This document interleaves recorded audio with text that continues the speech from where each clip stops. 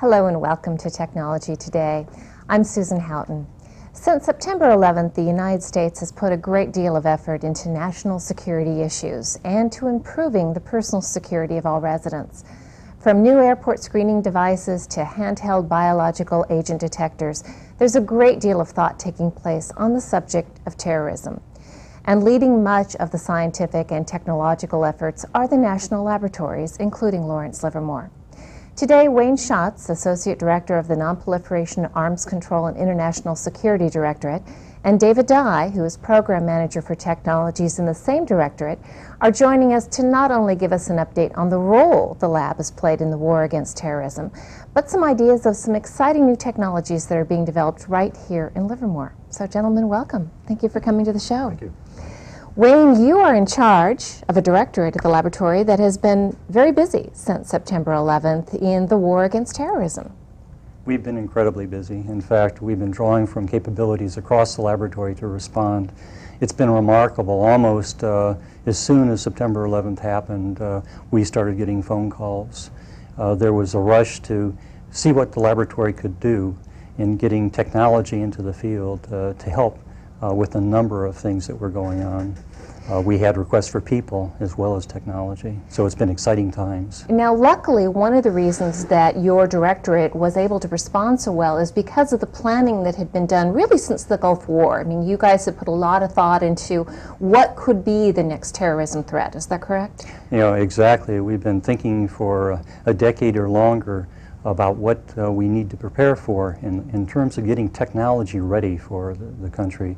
And so some of the things that we've, I think, talked before about on this show, biodetection capabilities, were actually got their initiation 6-7 years ago in some, I think, very insightful investments that the laboratory was doing, getting prepared for what the future threats might be.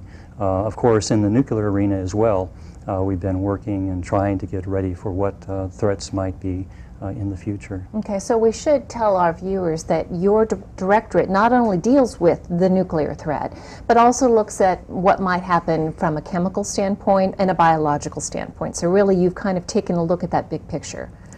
Exactly. Without regard to what a terrorist threat might be, we try and get the right technologies, and again, we surf across the laboratory, finding where people are doing technology developments that might be relevant to the problem. The technology is the technology. The challenge is trying to put it in an operational context, get it to users in ways that they can actually employ it, and it can help protect the country, as well as help in recovery operations. Shortly after September 11th, we were asked to send people to the World Trade Center to help with recovery operations there. And again, the technology investments had happened before, and so we were ready to deploy them at that time in very short order. And of course, recently, one of the probably the best examples of the great technology that our lab and other labs had was the BASIS system that was deployed at the Olympics. Why don't you tell us a little bit about that? Actually, the BASIS system was a tremendous success in terms of its deployment at the Olympics. That system, I think we actually started working on that 2 or 3 years ago to get ready for the Olympics. So that's an indication of how long it takes to actually prepare and put something like that into an operational context. But we had done some pre-site surveys.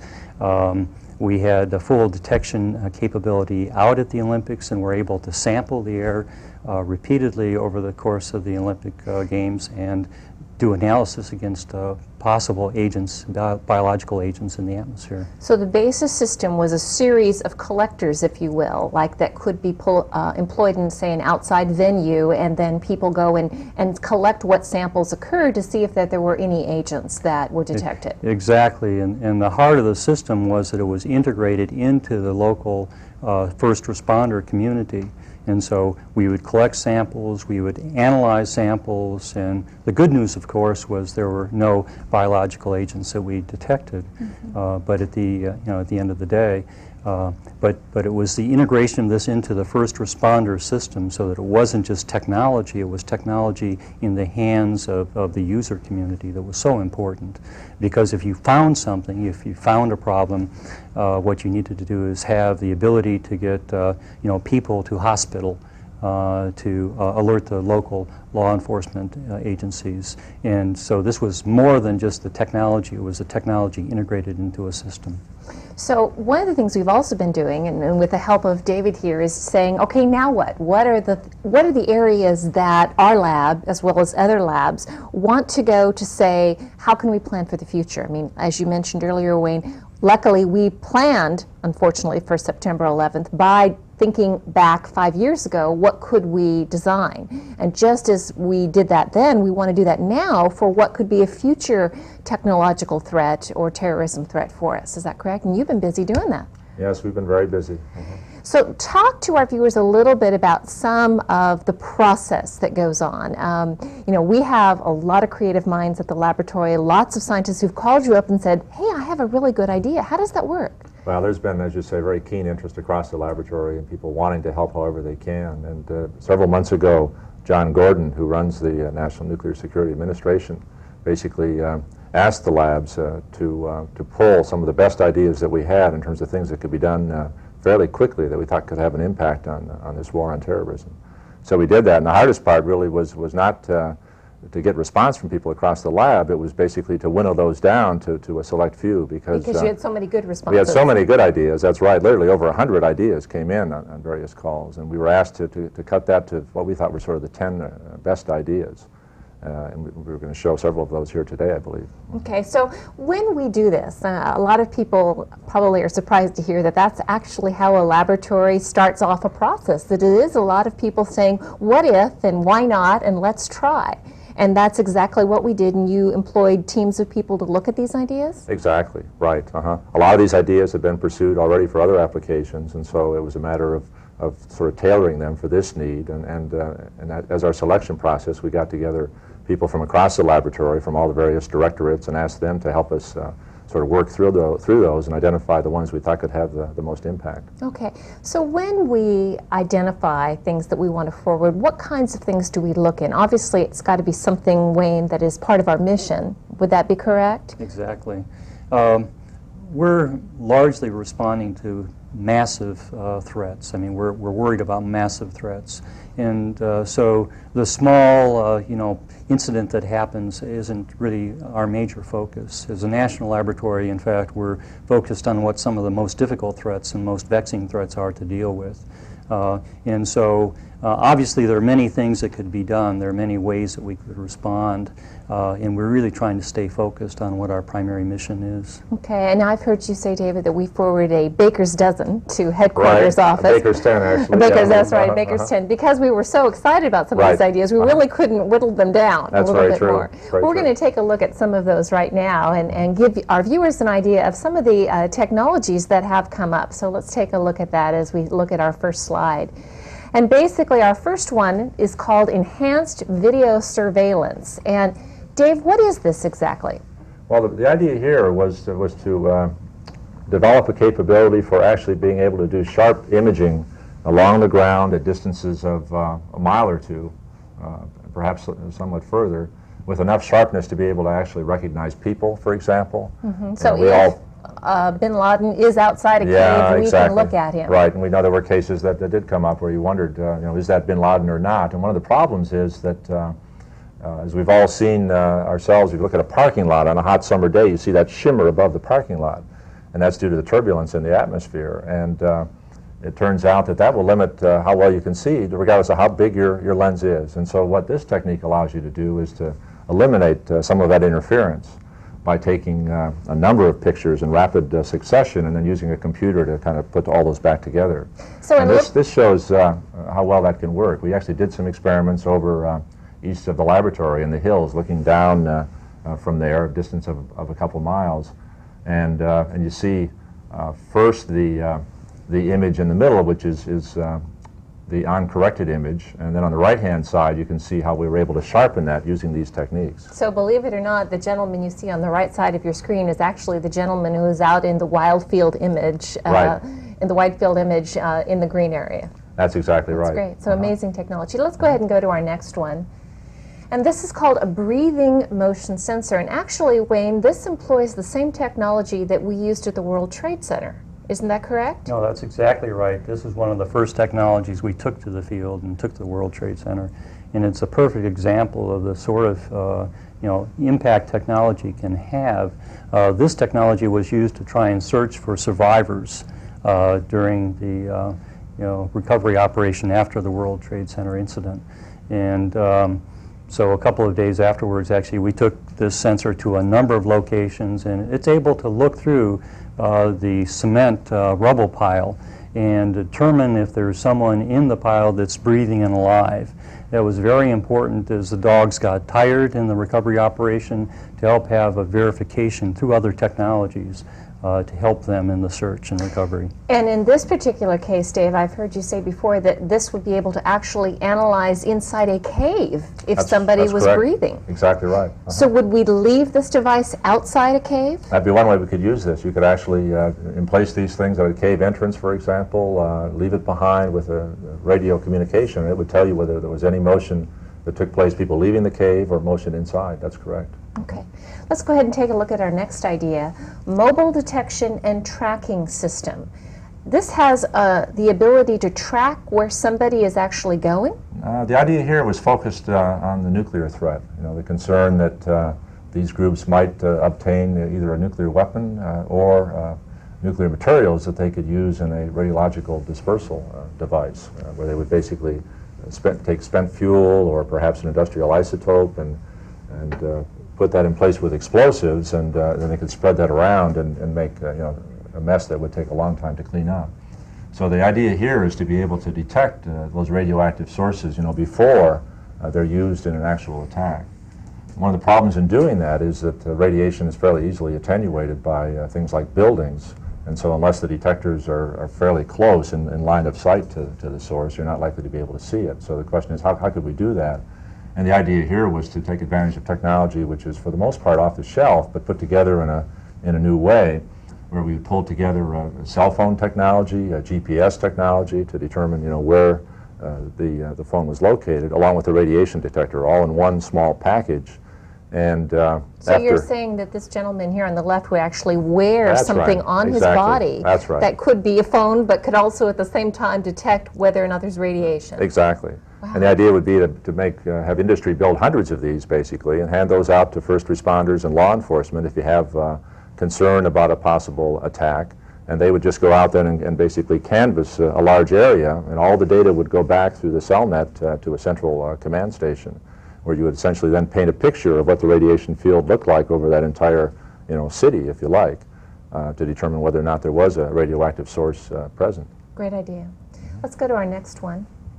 Real-time bioaerosol mass spectrometer. That's a mouthful for some of our people. How does this work? Yeah, these next three are actually focused on the threat of biological weapons. And Wayne mentioned already BASES, as it was deployed at the Olympics. And we're now developing a next-generation system beyond that called APDS, or Autonomous Pathogen Detection System. That's correct. And those which is essentially, we should tell our viewers, a biological smoke alarm. Exactly right. Okay. And those systems are very powerful in terms of being able to detect very small quantities and uniquely identify what's there. But it takes some time to do that. They require a half hour to an hour to actually come up with that analysis. This is an idea that can actually provide real time, as the title suggests, detection. And if you can see from this sketch, that basically what it does is to look at individual particles. And so this can just sit out in the open air, and as each particle comes into the device, it determines, aha, here's a particle, and as the particle moves down into the center of that chamber at the bottom, a laser will actually zap that particle and turn it into charged fragments. And the instrument then measures the mass of each of those particles to determine, what's actually there. And so far, our focus has been using that to address the problem of anthrax, of course. And so we looked at spores. First, just spores that you can buy at your local hardware store that are used as insecticide, but ultimately actually tested this system against live spores down in Florida. That's correct, and it performed very well in being able to discriminate those from background. So this is a good example of a technology that might exist in different applications, but where we're trying to refine it so that time is of the essence. Exactly. And as we've seen in any emergency, time is of the essence, Yeah, and the sooner you can respond and know what you're dealing with, the better your first responders are. Exactly right. And so if you get a detection quickly enough, you could evacuate an area, or you could shut down a ventilation system in a large office building to reduce the number of people that actually get exposed to those agents. Okay, let's go ahead and go to the next one. Now, this is the decontamination of enclosed facilities using vapor, hydrogen peroxide, and other vaporous oxidizers. Right. So this addresses the problem that we face. Which in English is what, Dave? Yeah, in English, this is an approach to addressing the problem we faced with the Hart building, when we had the contamination there. So once the contamination has Right. infiltrated an area, Correct. how do you get it out? How do you clean it up? Exactly Okay. right. So that it's safe to reoccupy that space. Okay, now this is interesting because Livermore did come up with an idea called L-gel, which Right. was basically a gel that could be sprayed on a wall Right. that would basically clean up anthrax or any other kind of biological agent. But what we found by that is going through the ventilation system, that might be a little difficult. Exactly right. Yeah, that works fine if you have access to the surfaces that you're trying to treat, but the problem is that these agents are very small particles, and so they move around almost like a gas, and so as we discovered with the Hart building, they basically will permeate that entire building, including the ventilation system, and so the only way to treat those is to have a technique that actually will propagate through those systems as well. And so the idea here is to use a hydrogen peroxide in vapor form to do that. Which seems so simple. It is very simple. I mean, hydrogen peroxide is in our medicine cabinets at home, and so it's not nearly as caustic as the chlorine dioxide that was used in the Hart building. So that's a big advantage. It won't destroy electronics, for example. And chances are people may not be allergic to it as well. Yeah, that's exactly right. Okay. But the question is, can we make this work effectively? How well will it actually propagate through those systems? And so that's the work that still needs to be done. Okay, great. Next slide. Now, this is a scalable system for organisms assays, which is a way for us to be able to tell what? This is how we can find out whether or not these organisms, now that we've done the treatment with hydrogen peroxide or what have you, how can we be confident that indeed they're dead, the bugs are dead, and it's safe to reoccupy that space? And the way that's done now, the way it was done for the Hart building, is to go out and you have to collect a lot of samples, and then you have to put those on slides with growth media, and under the right temperature conditions and so on. You give it as much as 24 hours for anthrax to determine whether or not anything's growing on that slide. And so you can imagine that it's a very tedious process if you're trying to decontaminate a large area. Now, the idea here is to automate that process, to use computers and digital imaging systems to be able to take the slides. You still have to do the field sampling, but take those slides and then automate the culturing and automate the readout so that a computer imaging system will actually determine whether or not there's growth in that culture. And what kind of time savings would we see on something We like expect this? about a factor of 10. Really? So for anthrax, we take it down to from 24 hours to just a couple of hours. Wow, which again is the important criteria when you're trying to respond to an emergency. That's right. Okay, next. And this is what we'd like to call our SPEME system, Right. but a handheld sampler for this. And explain how this would work. Well, the idea here, this now is focused on the chemical weapons threat. And so one of the aspects of that we're concerned about is how the terrorists might get those chemical agents into the country or to their target before the dispersal. And an example of that, for example, these large containers, the cargo containers that we see on these large container ships coming into Port of Oakland, for example. And if you had a system like this, what you could do is you could leave that in that container. The Commissioner of Customs has already talked about a major initiative in this area with black boxes on every one of these containers. And what the SPEME does is basically it just soaks up, whatever gases are in the air are absorbed by the SPEME fiber, and they basically just stay there. And so you would have that full week and a half basically that it takes these containers to move across the ocean to basically sense what's in that container. When you get to the other end, you basically just pull that out, and you can directly insert that SPEME into an analytical instrument that tells you very specifically at very high sensitivity, what's in that fiber at that point. And so immediately before it even gets off the cargo ship, we would be able to tell whether or not what they said was in there was really in there. Well, as soon as you have access to it to be able to pull that sampler out, that's Right. correct. You could do the analysis in a matter of minutes after that. Okay, good idea. Next, this is my favorite. I know you like this one, Susan. Yeah. I like this one because, believe it or not, this is a device, or I guess an analysis tool that will be able to tell whether or not people have had plastic surgery. So we probably would not want to employ that last night at the Oscars. Yeah, that's very true. Right. Tell us how this works, Dave. Well, let's see. The problem here then is being able to recognize both particular people, but also, as you say, the presence of disguises, and do that in an automated way. And the approach is to use thermal imaging. And so the idea would be to have a thermal imager sitting at airports, for example, behind the counter where you check in would be a place, or at security. And you just take a picture, basically, of people as they come through. But now you're not taking it in the visible, the light that we can see, but you're taking it in the infrared. And so you're measuring, basically, in that picture, you're seeing the temperature of the surfaces that it's looking at. And so a normal picture of a face then would show very warm, and in fact, in some cases, you can actually see the blood vessels and the heat corresponding to those. But if you had a disguise present, as you suggest, plastic surgery, plastic implements on the surface to make him look different, that would stand out immediately, because those places would look cooler than the surrounding areas. Okay, so it would be able to tell not only if you have an actual disguise on, but if you've had some sort of plastic surgery to alter your appearance or something along those lines. That's right. So that's very interesting. Okay, and I think that concludes all of the slides that we actually have. Okay. So now, as we move forward, we're looking at these ideas, and we form teams of people to kind of address them? Yeah, so now we've been continuing to evaluate these ideas. We've been talking to people at NNSA, as well as other agencies with responsibilities with regard to counterterrorism, about these ideas. And already, I think we showed maybe 6 of these today. I can't remember exactly the number, 6 or 8. 8 of these altogether. All but 2 of those are now being funded and pursued as programs. So there is an aggressive effort on a national basis to say what can be done in the war against terrorism from every venue. Yes, exactly. In fact, these are the first things that you might do. In fact, what we've done is try and reach back across the laboratory and find things that were ready almost immediately. And many of these things require very short periods of development to be out in the field. The next phase will be to look at things that might be ready, technologies that might be ready over the longer haul. Give me an example of something like that, Wayne. Now, I know that we've talked a little bit about what we're doing for the state of California and analyzing the ports situation, the container issue. Well, we've also done some work for the CHP and truck stopping device. Well, the truck stopping device is actually something that's going to be available in the fairly near term.